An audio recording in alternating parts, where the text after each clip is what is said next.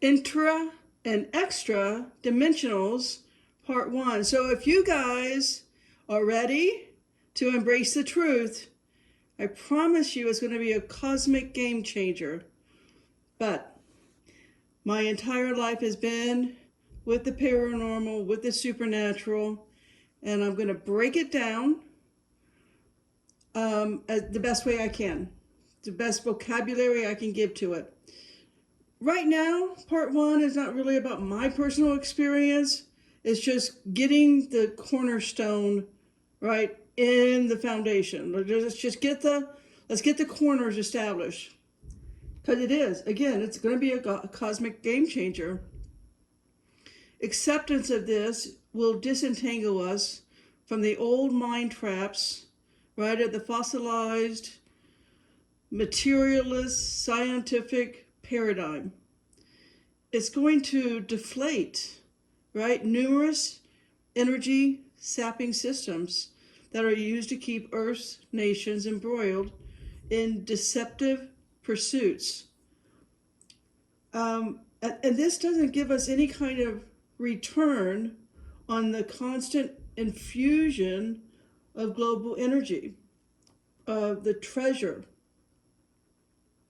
and will. Once we were to understand,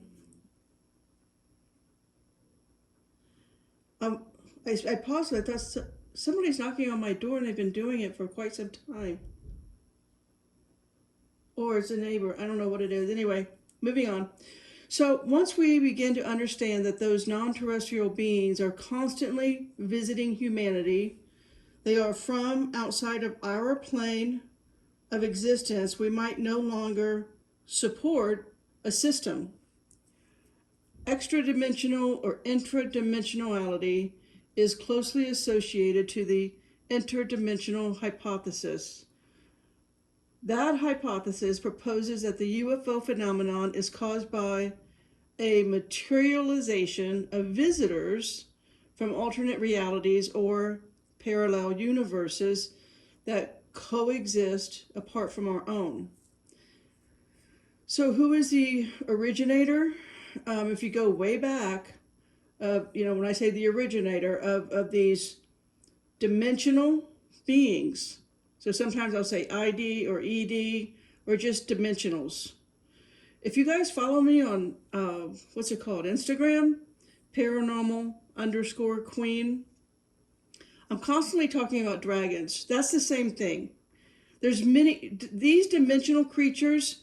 It's easy for me to call them dragons because I'm Bible-based, and dragons is a common theme in the Bible. But you can also call them archons or demons or fallen angels and or other creatures created by God. That's just all there is to it. They're different from us. But they are supernatural, as we once were. We've got to get back to that. So in the modern era, right, in our generation, in my lifetime, or a little bit prior to that, when we first had this stuff coming on the scene, you guys remember Jack Vallée, right? He was a brilliant person. He authored some books on this. So he believed that the phenomenon squarely rejected the possibility that alien visitors could be coming from our own physical reality. He decided, or I guess I would say came to the conclusion that the phenomenon that routinely seemed to appear and disappear, such as instances of supernatural beings, crypto creatures, even ghosts and demons. Honestly, I've seen fairies and gnomes and elves and trolls all appear and disappear. I've seen hellhounds appear and disappear. There's the werewolves, all of it. But anymore, because everybody's got a video camera on their phone and they've got a camera on their doorbell, it's a daily phenomenon. We can't call it phenomenon because it's not that. It's being captured all the time. But in his day, it would be a phenomenon, and nobody believed it. But became a permanent existence, right? That they must be coming from and going to somewhere else, right? UFOs, call them aliens, whatever, doesn't matter, because we're going to come to see that the number is in the millions, if not beyond that. So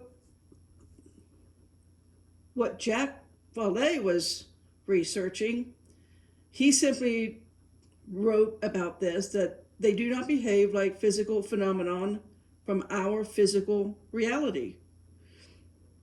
If they were from our physical reality, they would simply make open contact with our race, openly commune with our leaders, and begin trade with humanity. So why isn't any of this accomplished, right? Why was this not being done by the so-called alien visitors? He decided because they can't, that they aren't fully physical, at least not the way we are. Neither our visitors, aliens, nor their craft are fully physical in our universe because they are not part of our material universe. They can maintain, he decided, they can maintain a type of physicality for short periods, and they probably were fully physical in our universe, meaning eons ago, ages and ages and ages ago, right? You guys all remember an age is 2,160 years, all right? So this is apparently maybe a leftover from some superhuman, well, I should say, he decided that the reason that they were here ages ago, whatever, he just said eons of time. So, I don't know what that number is, doesn't matter. But he decided that because of all of the superhuman megaliths, which you guys can see on the History Channel all the time, these superhuman, like humans did not make these things that are still exist on our planet today, i.e. the pyramids of Egypt, pyramids all over the world, huge buildings, huge things all over the world. We still have structures, megaliths all over Earth. But not just that, on the moon and on Mars, from prehistory periods, most likely of mankind, of humans. Somehow they cannot achieve that same physicality for whatever reason, and we'll get to that again in our reality. Yet, that's the key word. Once we accept the interdimensional, extra-dimensional hypothesis, it leads to the truth that such alien visitors are themselves extra-dimensionals. So, it's time for the Awaken to win at this game, like we've been losing for a long time, right? We win by simply not going along with the narrative. We just stop it. We stop the lies and we just come out and tell the truth. We are already, as I've said, all along, with the age of Aquarius coming in, you can think of that as truth.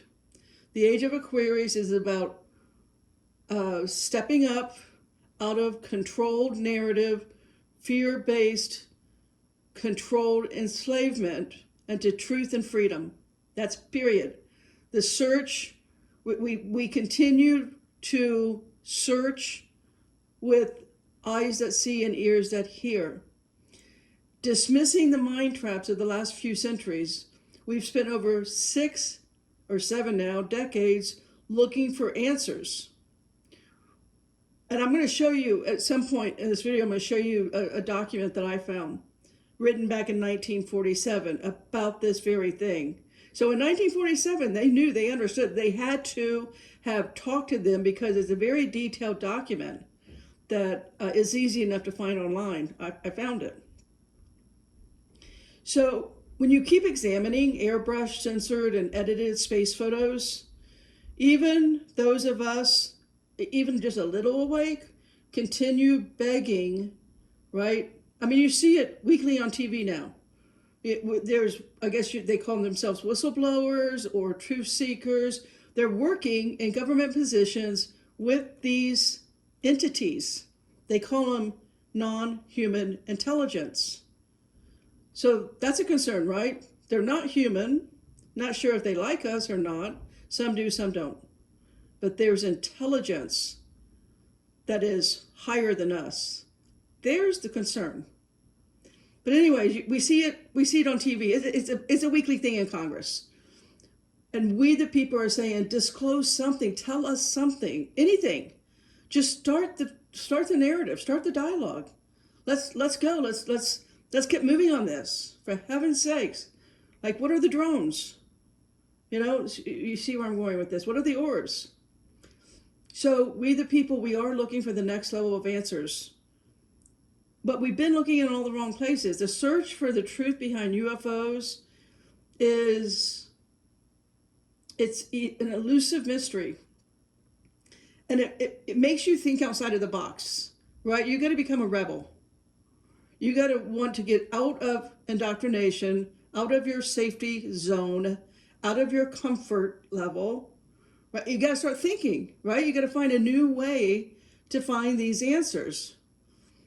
And as we do this collectively, we wake up and we say, we demand truth no matter how uncomfortable, no matter how much it rocks our core belief systems, no matter what, we want to step into a much, I don't want to keep using the word awake because that actually means a funeral, but I don't know what other word to put there.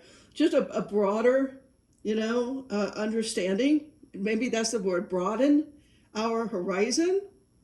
You think I can use that one? I'll go with it for now. So we gotta stop with all of the redacted, declassified government documents. It's just time to put an end to the nonsense and just start moving forward with real, as the admin says today, common sense. Let's go with that. Okay? Let's just go with common sense. Good, decent people? We want to believe that it's always a positive thing to reach out to our space brothers. Remember that years ago, the Pope came out and said, oh yeah, no, let space brother come, we'll baptize him. So we want to think that they're friendly. I can tell you a lot of interdimensionals are demonic. But there's just like humans, guys, there's benevolent and malevolent in every race, almost throughout the board. I had a reptilian handler beat me silly. The only reason Archangel Michael came to save me was due to a very bad beating in which I thought I'd never walk again. And 3 days later, Michael said, read the Bible before he left after he healed me. 3 days later, Jesus shows up here in my room that you're looking at, touches me on the shoulder and says, you're in my book of life. So anyway, we can find love and peace in this world with space brother, whatever you want to call it. We can come to an agreement. We can, in other words, I say that because we can become a bigger collective body of light. Is that the word I want? I think that's perfect. A collective body of light that just the darkness has to run from. The darkness is going to be there. The evil is going to be there, right? Isaiah is at 45:7. I create good, I create evil. All right, but the body of light collectively can be so large that we don't even know they exist. So when I say welcome to space brother, that's what I mean. I'm just giving space. That's the term today, space brother. But there are higher dimensional, more evolved dimensional beings. It's not the same as humans. They do not have a soul like humans have. I want to make that point super clear. It doesn't mean they don't exist. It means that Father God is superior and can create trillions of races of people if it suits his needs and purposes. Who are we to question the mind of God? I'm not going to do it for sure. That's not my place. So here's the problem though. They aren't our brothers. So when I say space brother, know that that's a term. They are not mankind. They are not human. And more importantly, they are not from space. Let me put that in another way. They're not from the second heavens. They're not from what we call space today. They're from a different dimension. And again, some of them are bad. They don't want anything good for us. And I call those astral predators or astral parasites or astral archons. And the way I just shorten that all the time, dragon, right? They're a dragon. Fire-breathing, soul-eating dragon. But they're out there in the astral wilderness. So again, if you're going to go astral traveling through the astral safari, be very clear that you know you're protected and armed.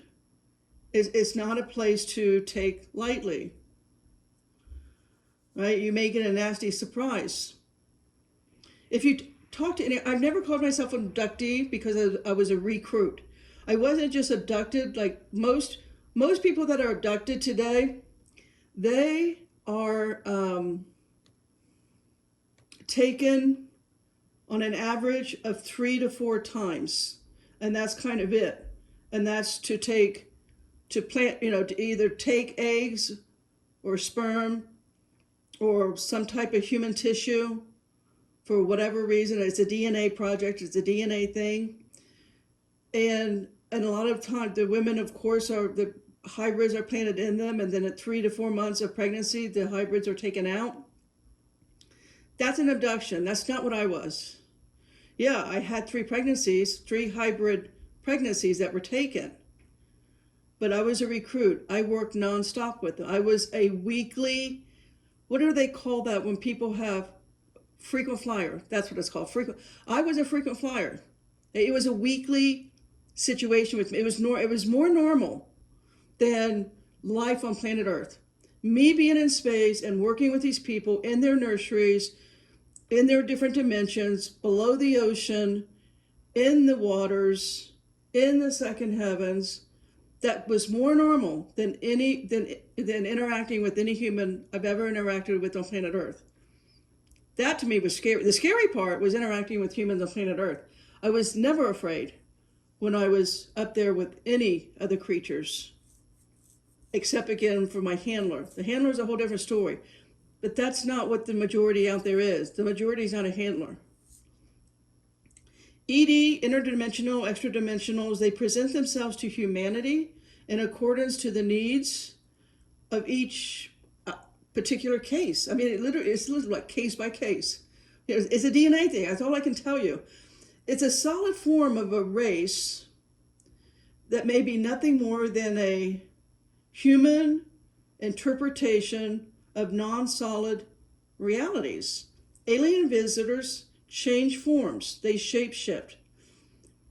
And for them, when you see them shapeshift, now I've done videos. Again, I've done videos of celebrities sitting in talk shows, the nighttime talk shows, and they sit there and their faces change to another celebrity in less than a second. I mean, it's as easy for them to shapeshift, and I've seen it on Instagram myself. You guys have probably seen it, where there's one particular one where a woman falls down and instantly becomes a dog. She couldn't control it. It's so easy for a human to shapeshift into an animal. It's common. Now that we have cameras everywhere, we're catching it all the time. It would be like you and me, Betsy, taking off a coat, from being a thick parka on to having, a tank top on. That's how easy it is for them. I've seen it over and over. And I've seen it so much. It was just everyday life for me. And I'm only saying this because soon it's going to be everyday life for you as well. We're going to get away from the subnormal and get back into, not the subnormal, the sub-natural, right? There's nothing natural about the way we live. We're not living naturally with animals and nature at all. We're going to return. The next great shift in the modus operandi of, the IDs, EDs, that reality is here now. It's nothing more than a massive explosion in their activity upon the earth. And I do mean that. I do UFO tours for a living for the last 17 years. When I first started out, I would say the tour is 1 hour long. I would say if we see 3 things tonight that I can prove is not a satellite, and you yourself can see it's not a plane, there's no blinking lights. If we see 3 things in an hour, that's a success. That's a good night. And that's all we expected until about 2020. We stopped counting after 30 minutes, 50 to 60 of them in 30 minutes. And that's not a joke. That's the kind of massive explosion that's happening in the sky, our atmosphere, not even in space. I can tell when they're in deep space, just above our atmosphere or in our atmosphere. 90% of the time they're in our atmosphere. And again, I have 3rd generation military night vision goggles, the good stuff. So we can see deep space. And yes, things are happening in deep space well. But they used to be, way back when, 17 years ago, it was only deep space. It was hardly ever in our atmosphere. So this massive increase is becoming more and more visible every day. People, there's not a single day you can't go on whatever social media and somebody is in their backyard filming something going over the tree line or the roof line. They are making themselves visible for a reason, and it signals a change. They are no longer just gathering data. I know what they're doing. They're collecting. Well, the Bible tells you they want to steal your soul. But what they are doing is collecting your soul signature. Every soul has a very, you, Betsy, you have a soul signature that no one else that has ever incarnated on any planet, any dimension, any reality, anywhere. God has given you your own soul signatures between you and God. And they want to collect those soul signatures because most of these EDs and IDs, they do not have souls. I think they're wanting to knit together something similar to get back to Father God. I'll talk more on that later. So they are collecting soul prints. They are instead now forming a constant, I should say a common and a constant, because it is common. Everybody's experience are very, very, they have a theme running. There's a common thread. And its inescapable presence is everywhere in human society. As they prepare, quite literally, they prepare for the next shift that is coming. They're very aware of the ages, like all the videos that I've been talking on. They understand the ages. They understand that the Pisces age is descending, the Aquarian age is ascending, and there's an energy there collectively as the archons begin to leave because they won't be able to handle the energy. There won't be the fear and the negativity for the archons, parasites, dragons, and so forth to feed on, right? They know that, so they don't have to battle that. That's what you need to understand. It's kind of like, remember in Daniel, right? Daniel's having that Daniel 10 kind of moment, and he's like 3 weeks, splayed out on the floor, praying, waiting for an answer. But the angel was stopped by the prince of Tyre or whatever it is. You know what I'm saying. You remember the Daniel 10 moment. It's like that. If they don't have to fight the dragons and the archons and the parasites and the demons, if they, because they cling on to the negativity, the darkness will cling on, or they just can't even, get them off their windshield, so to speak. I'm trying to put it in everyday terms. They understand there's going to be an age of peace and prosperity and enlightenment that we're getting ready to go into. It won't be in my generation. I won't be alive for it. I'm going to jump back in. I'll incarnate into that millennial reign for sure. But anyway, I'm just telling you, why is the next shift happening? It shouldn't be so not part of mainstream narrative. But as long as the spirit of religiosity is there, it blocks it. All right, let's get to talking about the megalithic structures throughout the earth. On these structures, inside of these structures, there are cave paintings and etchings all around the world. And it's estimated in some of them to be about 20,000 years old. But again, a common thread. The common thread is always some type of image, some type of picture, some type of pictograph that you can tell that there is objects or disc or something that is like they have pictographs of what we call today helicopters. But the point is there's something in the air. There's something that is able to fly. And alongside these flying machines, there are always going to be some type of humanoid form in a type of spacesuit, like a helmet or a covering of some type. Not to mention a lot of the three-fingered, very large head, large eyeball, what the Hopi called ant people, and what you and I, Betsy, call today the Greys, the little alien Greys. Now, they're all tall Greys. I interacted with the little, what I call biological robot, the 3.5-foot Greys that smell like sulfur with no emotion. The engineers are a whole different species. The engineers they look like Greys, very tall, very thin, like 7 feet tall, highly intelligent. So anyways, we see carvings or pictures of Greys. There's also Sumerian, right? The Sumerians left records on stone tablets. And that's dated about to 3500 BC. That's what the History Channel has had at least 23 years of a runaway hit-run show called Ancient Aliens. They call them the Anunnaki. Okay, that's what the Sumerians called it. So everybody just is going with that name. That may have been penned originally by Eric von Däniken. I don't know. I didn't read his book. But anyway, it doesn't matter. Like we today, the History Channel has made it clear they were called the Anunnaki, who came to Earth, and these people were traveling about, in our atmosphere, in our skies, with what appeared to be flying palaces. And in other words, incredibly large. But they were, if you look at the images, and there's plenty of images you can find online, they're always circular discs, and they seem to have wings, or the whole, Ezekiel story.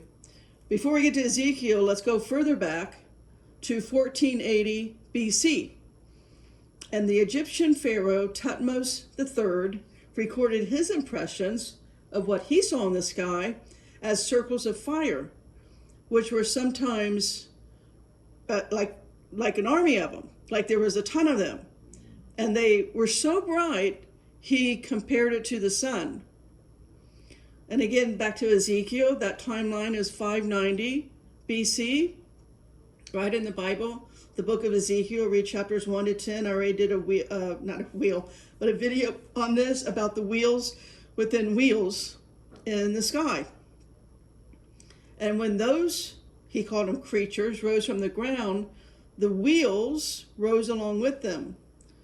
And as Ezekiel put it, because the spirit of the living creatures was in the wheels. Now, go to another part of the world. Let's go to India. 400 BC, there are Vedic texts from India called the Mahabharata.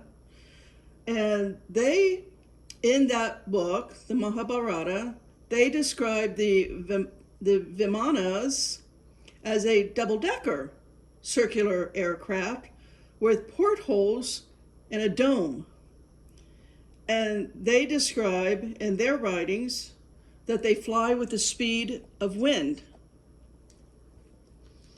And then if you go to about 4th century BC, Vedic etchings also show some of their religious figures, princes, and their kings that actually got to take a ride. They too were frequent flyers like me, right? They were zipping around in some sky inn.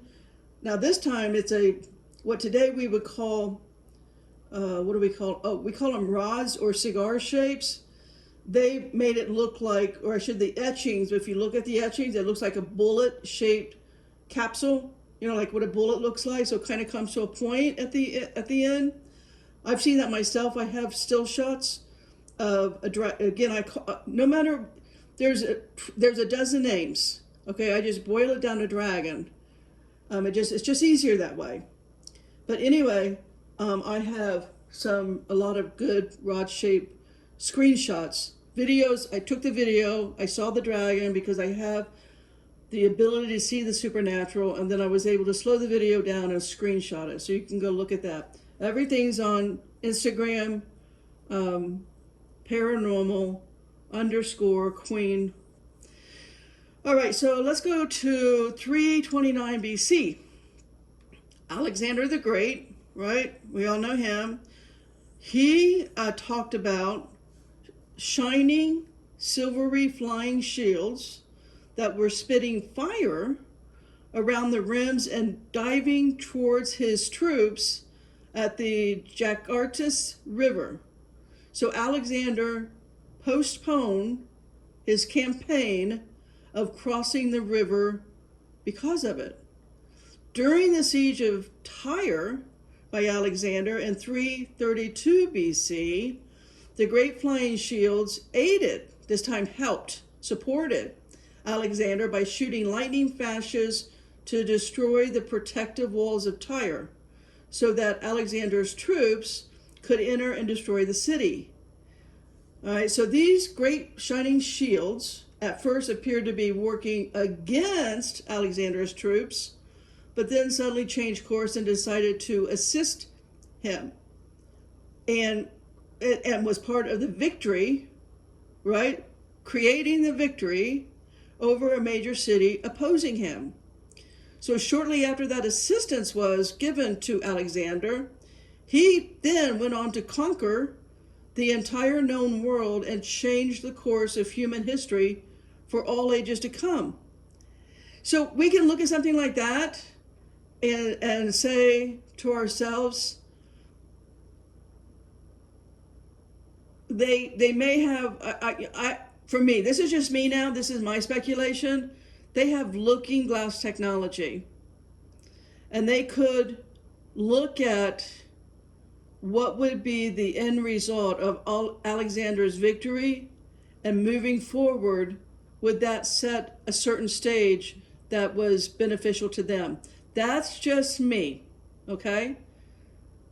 You decide for yourself, because I'm not giving you a narrative. I'm just telling you, in my experience with them and understanding their technology, and all my entire life, you know, I clearly signed up to some degree because we have free will. So before I chose my parents and came into this, and I started talking to them as soon as I was put in the crib, that was what I signed up for. I wanted this mission that I've been on and will continue to do. All right, so bottom line is we have historical records of paranormal, supernatural realities. And these records are true and accurate. The records that I read are way more true and accurate than any history of the past 50 years or the past 70 years, put it that way. There's where the lies come in. But you go back anywhere prior, you know, start at 1500 and go back from there. That's real historical data that nobody's messing with, because the modern human today, they don't care. No one's reading this stuff like I'm reading. Because it's not in your wheelhouse. It's not of interest.